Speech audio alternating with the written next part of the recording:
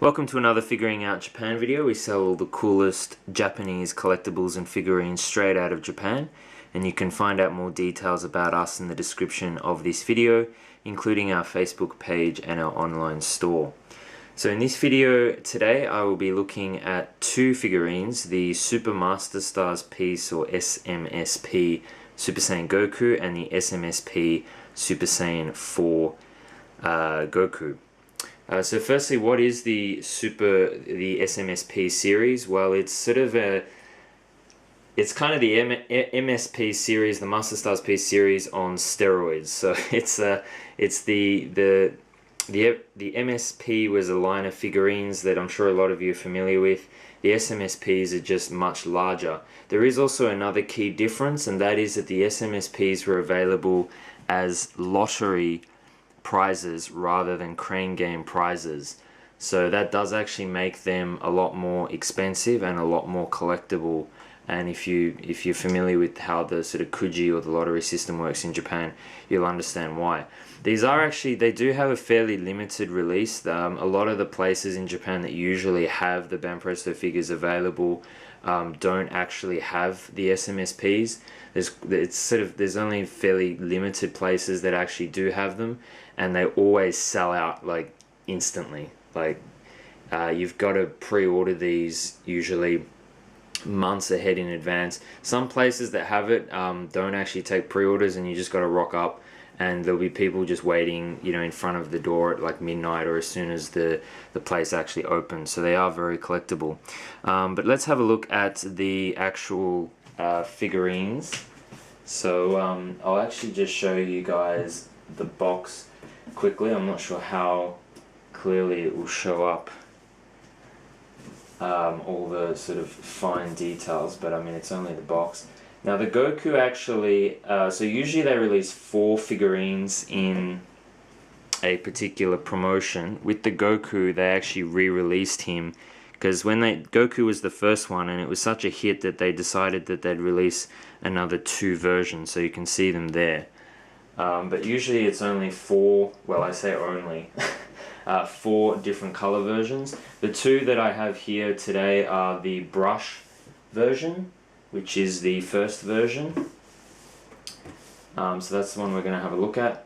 And usually the ratios are 4, 3, 2, 1. So they come in boxes of 10 for the sellers or whatever, and that's the ratio. So version A has 4, version B has 3, version 3 has 2, and version 4 has 1. I will also quickly point out here that even the Japanese release actually has a silver, it's a special silver sticker which Banpresto uses for very limited and rare items. So that's the box. Yeah, I'll leave that there, and we'll have a look at the box for Super Saiyan 4 Goku. So you'll notice this sticker is what tells you what version it actually is. Sometimes they use a letter, A, B, C, D, sometimes they use a number, 1, 2, 3, 4, so you can see the 4 different versions there, but the box is in black and white, so you can't really tell. But if you go to the actual item page on our store, again you can find the link in the description, then you can actually see the different versions. Now this was sculpted by Manabu Yamashita, who's actually made quite a few of the figurines. The other SMSP in this line is Super Saiyan Vegeta. We've also had 2 dioramas, which was Super Saiyan God Vegeta with Super Saiyan Trunks, and also Super Saiyan Goku with Shenron. I wonder how many times I'm going to say the word super in this video. This one was also made by Manabu Yamashita as well, just point that out. Now the size of these figures is 33 centimeters, so that's about 13 inches for the American viewers, if you're wondering. So just to give you an idea of the size, this is an MSP. That's the Super Saiyan 2 Gohan. So this is Vegeta from S Culture's Series 1, and this is Super Saiyan Goku from S Culture's Series 5. So you can see just how big these actually are. They're huge. So they're actually about the same size, these two figures. So there's a very, very big size difference between the SMSPs and the normal figures. So sorry that took a while, but let's actually have a look at the figures themselves in a lot more detail.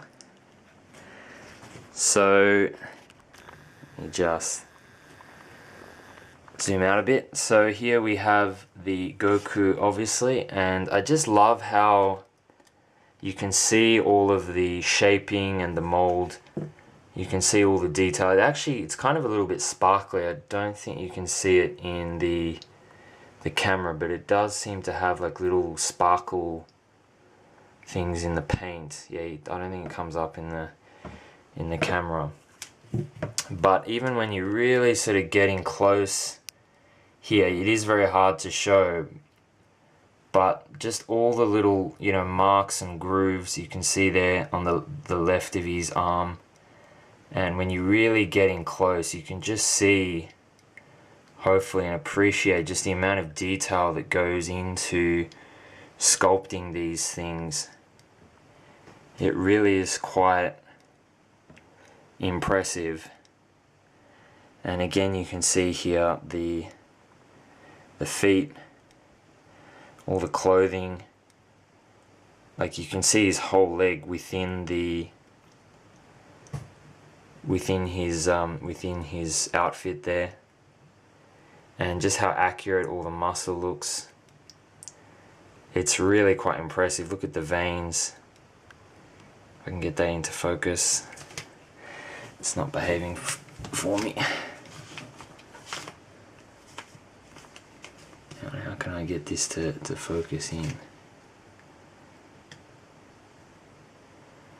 So just a lot of fantastic detail. Now we'll actually point out that these are actually a little bit flimsy. You can move them a bit. They're quite solid, but they've used I think a slightly different material to what they normally use.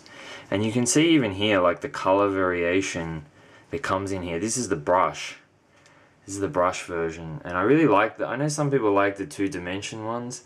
I'm not against those. I think they look kind of cool, but I don't really see the point in trying to make a beautiful 3D object look two-dimensional. So yeah.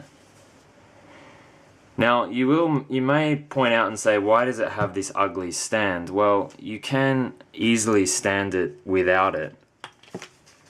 If I just show you, I've just taken the stand off, and you know, it will stand no problem.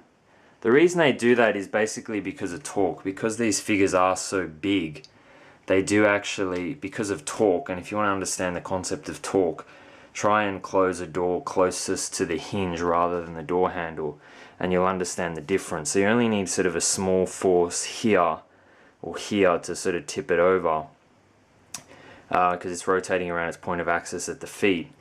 And so if you do put it on a desk or something like that, then and I'll actually just quickly show you the bottom of the feet, then you know, it can fall down a bit more easily.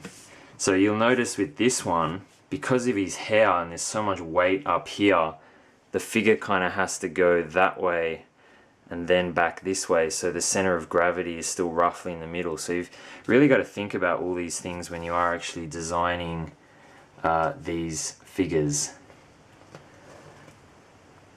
But I just love the mold on this one. I mean, look at that. I love the facial expression, and again, all the detail there in the fur, in the hair. Now this actually, the tail is actually a separate piece. It goes together very, very easily, like most figures.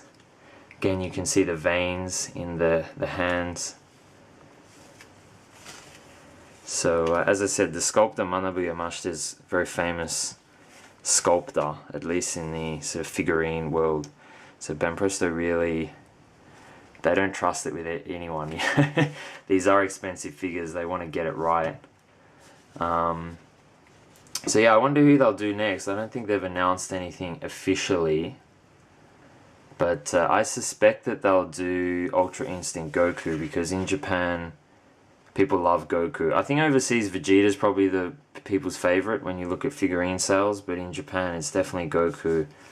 And they have experimented a bit in the past, like in One Piece they did Sanji, and to be honest it was a bit of a flop. Like some of the game centers couldn't really sell them.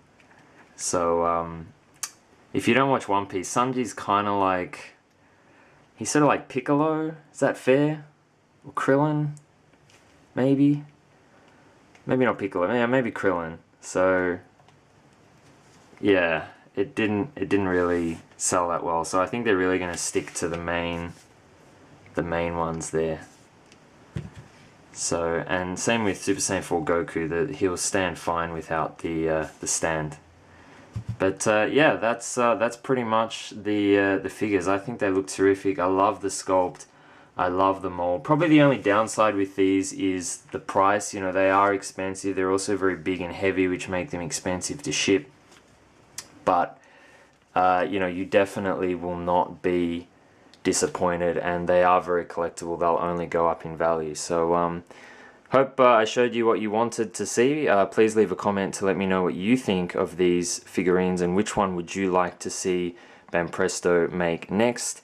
As I said, if you want to see more info about these figures and other items that we sell, you can check out the links in the description of this video. So thanks a lot for watching, and I'll see you in the next video.